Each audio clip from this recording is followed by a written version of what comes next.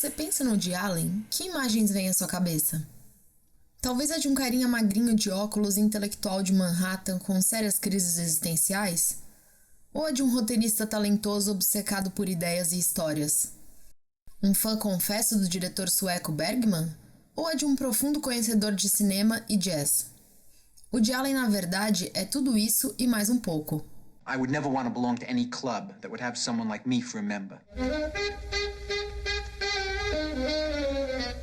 Quando questionado sobre a semelhança entre as tramas de seus filmes e sua vida real, ele rebate: quase todo o meu trabalho é autobiográfico, mas tão exagerado e distorcido que me parece ficção. Mantendo uma média impressionante de um filme por ano há décadas, Allen costuma carregar sua sacola de ideias para tudo quanto é lado, e já chegou a dizer que por mais que sua vida seja longa, ele não teria tempo de escrever todas as ideias que tem. Ele não faz filmes do momento, ou seja, com questões que estão na cabeça das pessoas no momento, porque jamais suas obras trazem no centro da narrativa questões sociais e políticas, mas questões psicológicas, românticas ou existenciais. Então, ao seu ver, ou um filme é bom ou é ruim. E isso vai se manter ao longo do tempo, sem deixar esses trabalhos datados, porque eles dependeriam mais dos momentos de vida em que o espectador estaria vivendo quando assistir a essas obras, se identificando ou não com elas. Mesmo com tanto reconhecimento, Allen não se considera um artista, mas um sortudo viciado em trabalho, como gosta de se definir. Ele não acha que fez um grande filme e se enxerga como um cineasta trabalhador que se empenha no seu ofício de uma maneira obsessiva. E é justamente nessa trajetória obsessiva que vamos imergir nos próximos minutos. Woody Allen já fez filmes baseados em monólogos cômicos, ficção científica, filmes de época, dramas densos, celebrou inúmeras vezes sua cidade Nova York, já se aventurou em pseudodocumentários, imergiu no período da Grande Depressão Americana, em suas memórias da infância e da guerra, realizou seu sonho de dirigir um musical, experimentou esteticamente e criticou a cultura de celebridades. É impressionante pensar que mesmo com uma longevidade notável numa indústria tão competitiva e exigente como é a do cinema, e uma trajetória tão vasta, ele costuma sempre manifestar sua insegurança, tanto como diretor quanto como ator. Allen é muito autocrítico e considera, por exemplo, O Escorpião de Jade seu pior filme. Nele, o elenco é excepcional, mas para ele esses talentos foram desperdiçados por ter banalizado sua própria presença no filme. Falando em atuação, é comum enxergarmos traços da persona Woody Allen nos papéis que representa. No entanto, ele é bastante realista quanto ao seu desempenho e capacidade, criando personagens dentro de um minúsculo âmbito de atuação para ser convincente. Ao contrário do que pensam, ele não tem nada a ver com Harry em Desconstruindo Harry, a não ser a capacidade de escrever mesmo se o mundo estiver desabando à sua volta. As tramas dos seus filmes estão basicamente reduzidas às relações humanas. Dentro de uma perspectiva mais psicanalítica, os conflitos se tornam internos e menos visualmente ativos e cinematográficos. Sendo assim, em sua linguagem, os graus de conflito são mais sutis e modernos. Woody Allen assume uma postura de nunca subestimar sua audiência, embora não costume guiar o seu trabalho de acordo com o que os outros esperam dele. Ele não tem a intenção de buscar o riso de um jeito cerebral, distante, mas quer conquistar o público com um tipo de comédia mais pessoal. Ele gosta de falar sobre a importância da frase comum, que é quando o autor acha a piada e cria um caminho até ela com frases que realmente poderiam ser ditas por pessoas comuns. Esse é o segredo, e não inventar todo um palavreado diferente e complicado para causar um certo efeito. A ideia é simples, gente falando como se fala na vida. Com o passar do tempo, ele foi se desafiando pouco a pouco.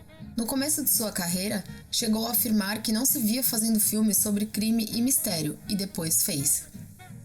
Suas tramas cômicas são construídas para nunca chegar a pegar fogo, se tratam apenas de faíscas. Por isso mesmo, é difícil desenvolver um conflito visual na tela a partir disso. O que resta então é escrever a partir do personagem, e isso ninguém pode negar. A filmografia dele é repleta de personagens marcantes e complexos. Allen é conhecido por, entre aspas, escrever o filme enquanto está gravando. O que isso quer dizer na prática? Quer dizer que ele consegue acordos com os estúdios, produtores e investidores que lhes dão a liberdade de apresentar somente uma ideia geral o bastante para elaborar um orçamento, já que o filme depois pode mudar em virtude do elenco ou locação. Em Melinda e Melinda, discute-se se a essência da vida é trágica ou cômica. Essas duas visões sempre estiveram muito ligadas à própria vida do autor, que conviveu com o dilema de querer se desenvolver no campo dramático, mas não conseguir arriscar a fama e reconhecimento que ganhou desde cedo graças à comédia. Lá no início de sua trajetória, o filme O Dorminhoco representou uma mudança muito significativa, já que os longas anteriores não eram narrativas completas, mas um enfileiramento de esquetes, piadas, organizadas num formato episódico. Seu desafio passou a ser encontrar o equilíbrio entre as piadas verbais e visuais sem perder o ritmo. Mas voltando à sua ambição de escrever e dirigir coisas sérias, como ele mesmo diz, algumas de suas incursões merecem ser destacadas. Setembro, um drama de câmara, possui o rigor de uma peça teatral. Foi um de seus maiores fracassos comerciais e é nitidamente inspirado por Sonata de Outono, do Bergman. Assim como em Setembro, o filme A Outra também levanta uma questão espinhosa. Como lidar com traumas passados e rever sua vida quando se chega na maturidade? Como seguir em frente? A inabilidade de estar repleto de sentimentos e não ser capaz de expressá-los deságua também na melancolia cinzenta de interiores. Em Maridos e Esposas, fica evidente uma maior preocupação em inovar na forma.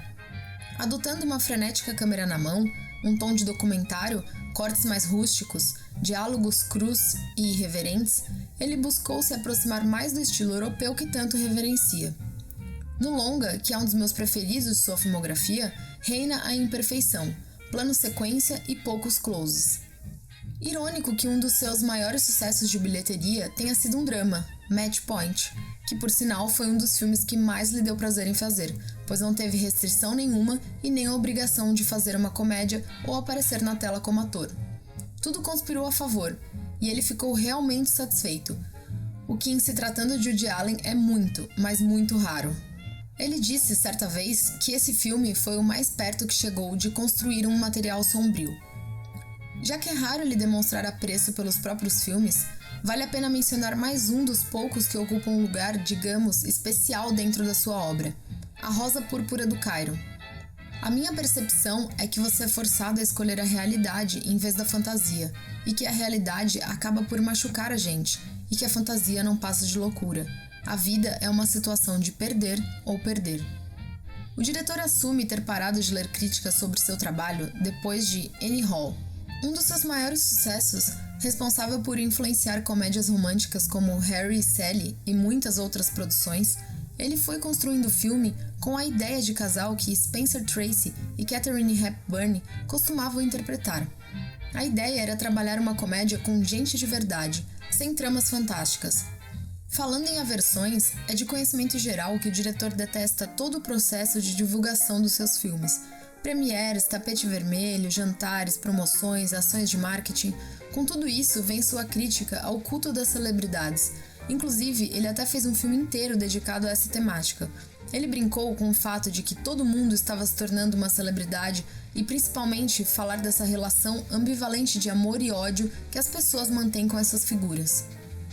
Ao longo dos anos, ele testou alguns métodos para a seleção de casting, mas todos foram pautados pelo minimalismo, timidez e pouco contato com os atores. Certa vez, ele comentou sobre a dificuldade em selecionar atores. É difícil encontrar apenas homens, existem poucos. Os atores americanos não têm suavidade, são muito carismáticos. Nós geramos heróis. Quem trabalha com ele já sabe que salários, receitas de bilheteria e nome em destaque no pôster não fazem parte do seu universo. Muitos profissionais são mantidos na equipe e a aposta costuma ser em relações mais duradouras. Aqui vou me ater a uma função em específico e falar de 3 diretores de fotografia, responsáveis por quase toda a obra do Woody Allen, começando talvez pelo nome que costuma ser mais associado a ele, Gordon Willis. Pode-se dizer que Willis revolucionou o cinema de Allen, sendo a primeira parceria feita em Annie Hall. O ajudou a ter um progresso gráfico, mais cinemático para seus filmes, que ainda estavam em fase de experimentação quando essa parceria teve início, além de ter ensinado o diretor a usar personagens falando fora de campo. O italiano Carlo Di Palma, que já trabalhou em clássicos como Ladrões de Bicicleta e Blow Up, fez ao todo 11 filmes com Allen. Di Palma tinha sensibilidade artística, um olhar apurado para as cores mais saturadas, composição e movimento, chegando até a sacrificar a luz em prol da mobilidade. Por fim, temos o Sven Nykvist, que trabalhou em 4 longas do Woody e é mais conhecido pela parceria com Ingmar Bergman, com quem trabalhou em filmes como Persona, Cenas de um Casamento, O Ovo da Serpente e outros. Ao contrário do Gordon Willis, que se preocupa mais com os planos gerais, Nykvist tem seu foco no trabalho com os atores. Woody Allen sempre defendeu o conteúdo acima de tudo, porque acredita que técnica o dinheiro pode comprar, bons profissionais de fotografia, som, iluminação, mas ter ou não algo a dizer é inato. Se afastando de uma moldagem consciente dos seus personagens e sem fazer juízo interior deles, suas construções são totalmente instintivas. Ele é direto. Só quero ser engraçado, e se além de ser engraçado der para externar uma opinião, ótimo. Sendo assim, é apropriado terminarmos com uma frase que simboliza a maneira como ele se relaciona com o próprio trabalho. Seria impensável para mim não estar presente em cada centímetro do meu filme. Sim, Woody Allen, nós sabemos. Introdução à Montagem é um novo curso online do CinemaScope. Nele, o professor Daniel Couto apresenta um panorama sobre o processo de edição de materiais audiovisuais. Ao todo, são 25 aulas, que incluem 3 módulos práticos, onde os alunos poderão exercitar as técnicas aprendidas. Além disso, o curso oferece um certificado digital, materiais complementares e um e-book exclusivo para aprofundar seus estudos. Depois de adquirido, os alunos têm acesso permanente às aulas e ainda podem participar de grupos fechados para debater cinema. Os links para saber mais estão na descrição. Venha viver essa jornada de conhecimento com a gente.